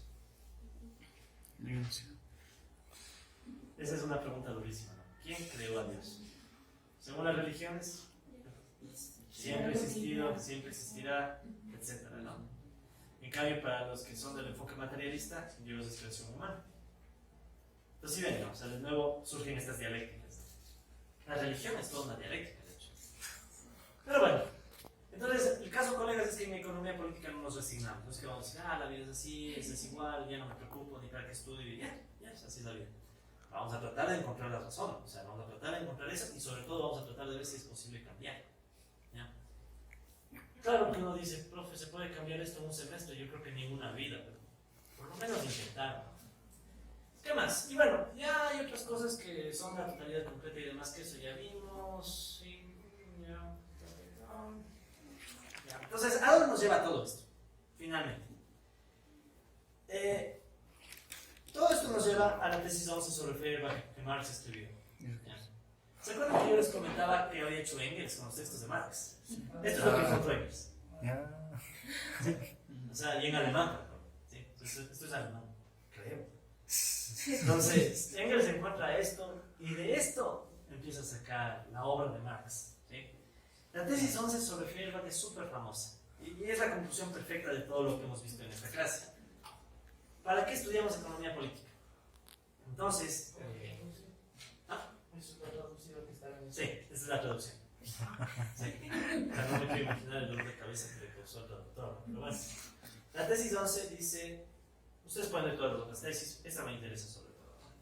Los filósofos, yo diría filósofos, economistas y pensadores, no han hecho más que interpretar el mundo de diversos modos, pero de lo que se trata es de transformarlo. Entonces, el objeto de estudio de la economía política, de entender producción, distribución, circulación, consumo y poder, básicamente, la dialéctica, o sea, hemos dado algunos ejemplos de por qué la sociedad es dialéctica, eso nos llevó a necesitar un método, ¿sí? Que más o menos lo explicamos, o sea, de forma muy básica.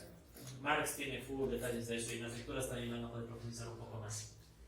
Y hemos justificado sobre todo la necesidad de no quedarte en las apariencias, ni solamente en lo abstracto, sino combinar fenómeno y esencia, teoría y práctica, la praxis. Y luego de eso hemos visto las implicaciones en economía política, que es básicamente que al mismo tiempo que usamos la teoría para entender la producción, distribución, circulación, consumo y poder, toca usar la práctica. ¿Y qué es la práctica? Es precisamente ver esto en el mundo real, en el caso ecuatoriano. Y también, desde ahí, tratar de tomar decisiones políticas. Porque es así, o sea, tarde o temprano, por ejemplo, de aquí a unos años habrá elecciones, pues, y es lo más básico. Tendrás que elegir algo, pues ya es una decisión política. Habrán marchas otra vez, tendrás que decidir si participas o no. Y en la marcha incluso tendrás que decidir con quién vas a estar, porque recuerden que en la marcha hubo de todo. Hubo gente que se peleó con los taxistas porque los taxistas estaban reclamando y los otros querían que no ensucien su calle, entonces ya está eso ahí. Entonces en ese momento tendrás que escoger por bando. Otra vez dirás, yo no quiero marchar, yo quiero estar en mi casa, pero igual ahí estás escogiendo. O querrás ir a ayudar en las cocinas, no sé si se acuerdan que había cocinas comunitarias dándoles de comer a la gente y demás. Igual, es una decisión. Entonces, todo converge en sus colegas. Teoría y práctica. Listo. Finalmente, hay otros temas que, obviamente, por el tema incluso del propio paro, no hemos podido ver a profundidad. Pero por lo menos les quiero dar un apego global. ¿Sí? Las ideas básicas que quiero que se queden con esto. El un tema es, ok, queremos entender a la sociedad. Ahora, ¿de dónde partimos? Nosotros podríamos partir del individuo o del grupo. Entonces ahí la duda es, bueno, ¿qué es primero, el huevo o la gallina? ¿Sí? De hecho, ¿qué es primero, el huevo o la gallina? El huevo porque existe antes que la gallina. Pero en el caso del individuo o el grupo es más difícil. ¿Qué es primero? O sea, ¿qué existe primero, el individuo o la sociedad? Entonces, si nosotros aceptamos la hipótesis de la dialéctica, simplemente se diría que ninguno. Ambos existen al mismo tiempo. No puede existir individuo sin sociedad ni sociedad sin individuo. ¿Ya? Entonces, ¿qué es lo que pasa? Que muchas veces se comete el error o de caer en el individualismo o en el colectivismo. Entonces, ¿qué es el individualismo? Creer que el individuo es primero. ¿Qué es el colectivismo? Creer que el grupo es primero. ¿Sí? Entonces, en este grupo de láminas, que no les voy a dar mucho énfasis en el examen realmente porque no hemos podido ver a fondo, pero por lo menos quiero que sepan que en estas láminas está justo esa discusión. Tratar de encontrar un método para la economía política muchas veces implica también, o sea, no solo hacer el procedimiento que hicimos, ¿no? Sino también escoger el punto de partida, el individuo o el grupo. ¿Ya? Mucha gente se queda con el individuo por dogma. Es que a mí me gusta el individuo, es el individuo, se acabó. Y igual otros por dogma dicen, no, es que a mí me gusta el grupo, es el grupo, se acabó. ¿Ya? Entonces, aquí tienen algunos ejemplos de ambas posturas, ¿no? Entonces, esos ejemplos son básicamente dos. Uno es el individualismo metodológico. ¿Ya? ¿Qué es el individualismo metodológico? La idea básica es un método para entender a la sociedad que toma como punto de partida al individuo. ¿Sí? Entonces yo tomo como punto de partida al individuo y desde el individuo trato de hacerme una idea de cómo se comporta la sociedad en general. ¿Ya? El principal autor o pensador que daría ideas para fomentar esta visión es Max Weber. ¿Ya? Es uno de los duros del pensamiento sociológico, sobre todo. ¿Ya? Entonces, Max Weber hablaría y daría algunas ideas para justificar este método. Verán, repito, método. No estoy diciendo que la sociedad se reduce a individuos. Digo es, cuando queremos entender a la sociedad, el individualismo metodológico sugiere partamos del individuo. ¿Ya? Ahora, Max Weber es, digamos, el principal representante de esa corriente en el pensamiento, sobre todo sociológico.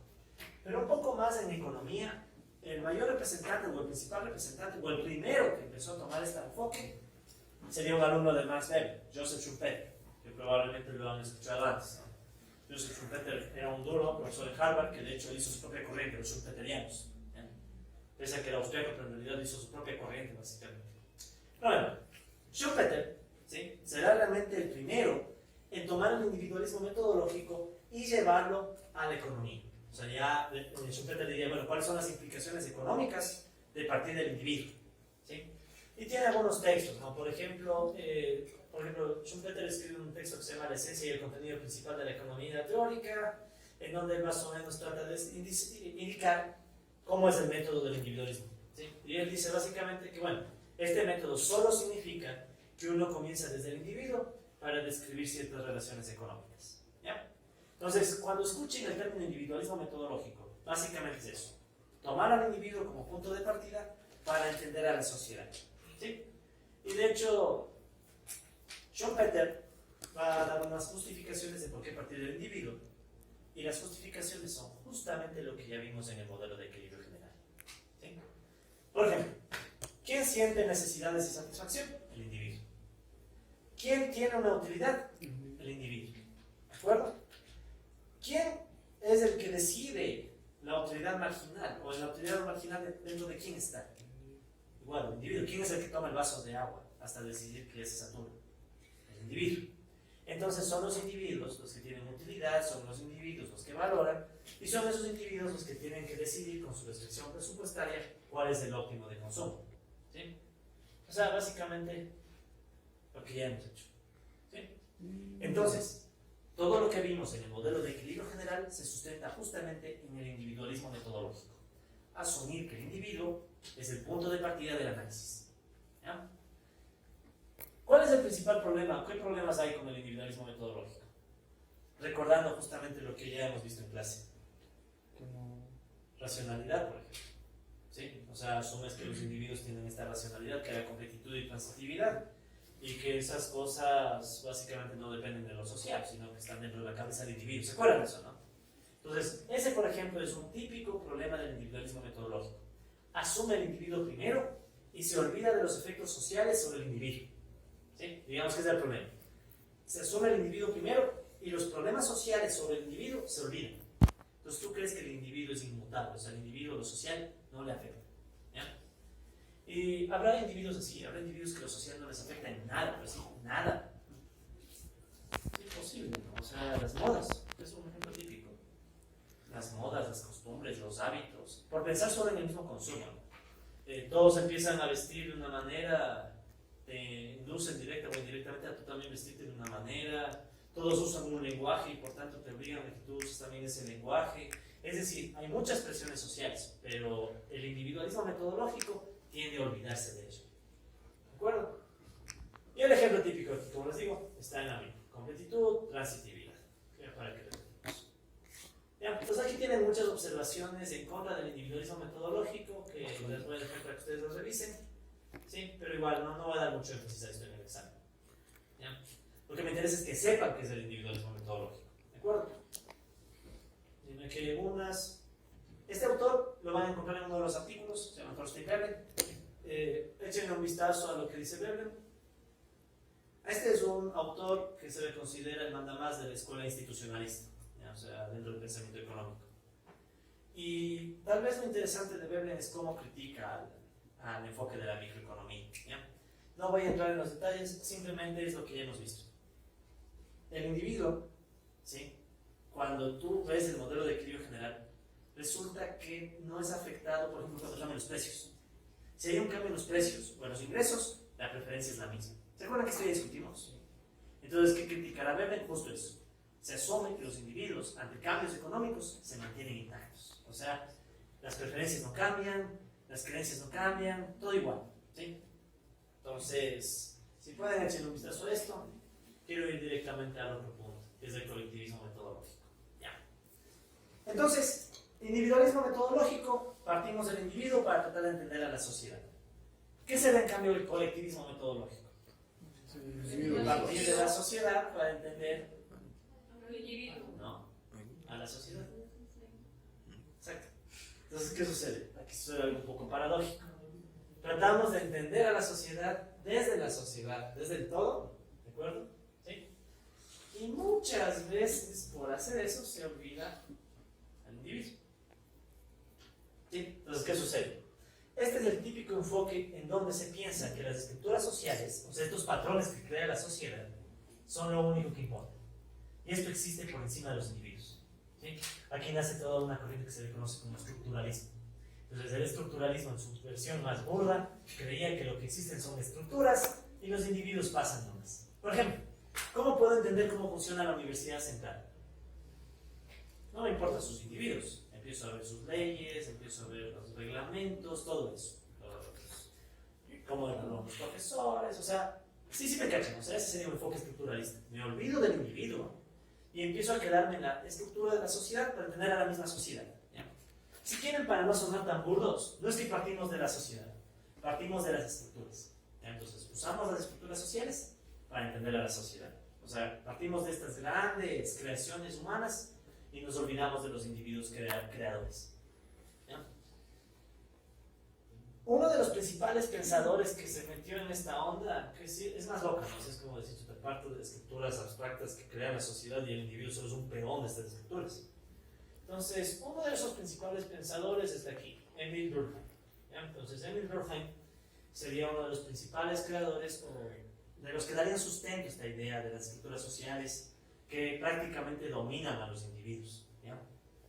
Es como esa relación tóxica de la que no puedes salir y que está ahí y seguirá ahí, aunque tú digas lo que digas, hagas lo que hagas. Sí han estado en esas, vos saben de lo que estoy hablando, ¿no? Sí, el compañero se está riendo, creo que sí, ya se acordó de algo. Entonces, por ejemplo, ahí, ¿tú crees que es una estructura tóxica de la cual no puedes hacer nada y simplemente estás sometido, agachas la cabeza y sigues viviendo? ¿Ya? ¿De acuerdo? Entonces, ese sería un enfoque estructuralista. Hay una estructura por encima del individuo y el individuo casi no importa. ¿Ya? Entonces, Durkheim daría algunas ideas para sustentar el colectivismo metodológico y de hecho, ustedes creo que tienen en español una lectura de Durkheim en donde ustedes pueden entender los detalles de esto. ¿Ya? Entonces, lo único que me interesa ahorita de Durkheim es que es justamente él el precursor del concepto de estructura social. ¿Sí? Entonces, él sería el primerito en hablar de las estructuras sociales y de cómo tienden a afectar a los individuos. ¿Ya?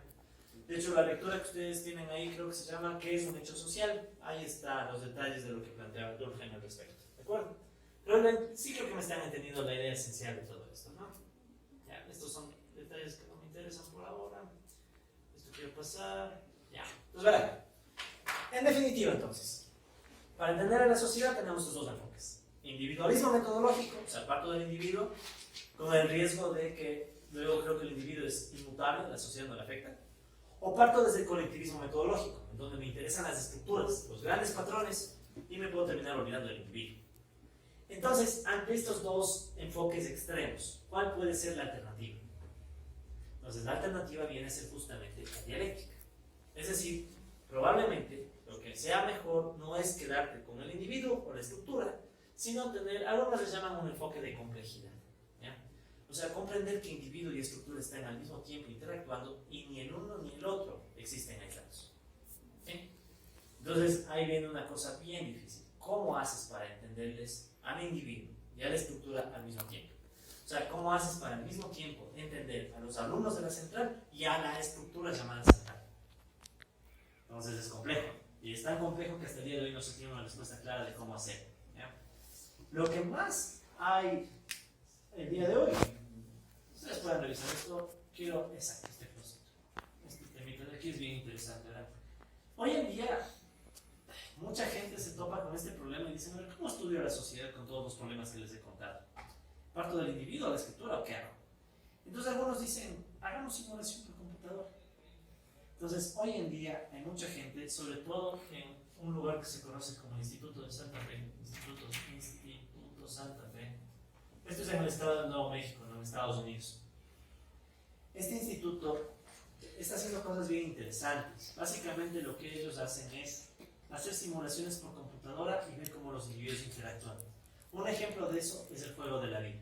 ¿Ya? Es un jueguito, es un juego de computadora, ¿ya? Que se le puede hacer simulaciones y demás, que de hecho, como no tengo internet de aquí, les dejo el link, dense un tiempito para ver esto y van a ver algo bien interesante. Tal vez me entiendan mejor si lo ponemos como otro ejemplo. Algunos de ustedes han jugado Warcraft o esos juegos de rol.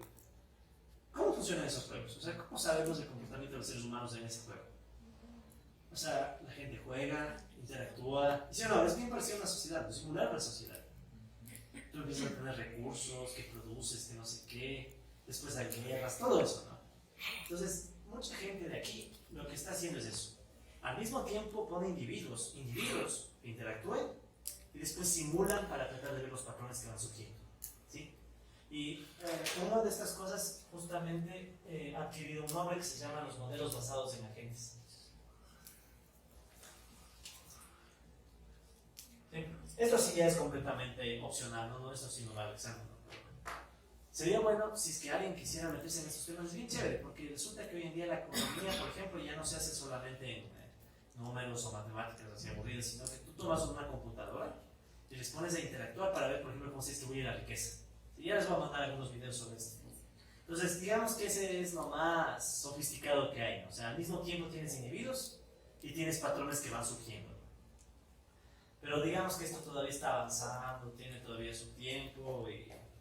De hecho, este tipo de clases, por ejemplo, yo a veces siempre he querido dar una clase en el laboratorio, solo una, para que ustedes mismos vean cómo se hacen estos modelitos y les manipulan. Por ejemplo, hay uno bien chévere de las ovejas y los depredadores, en donde tú les pones en un campo a pelear ovejas y depredadores a ver qué pasa.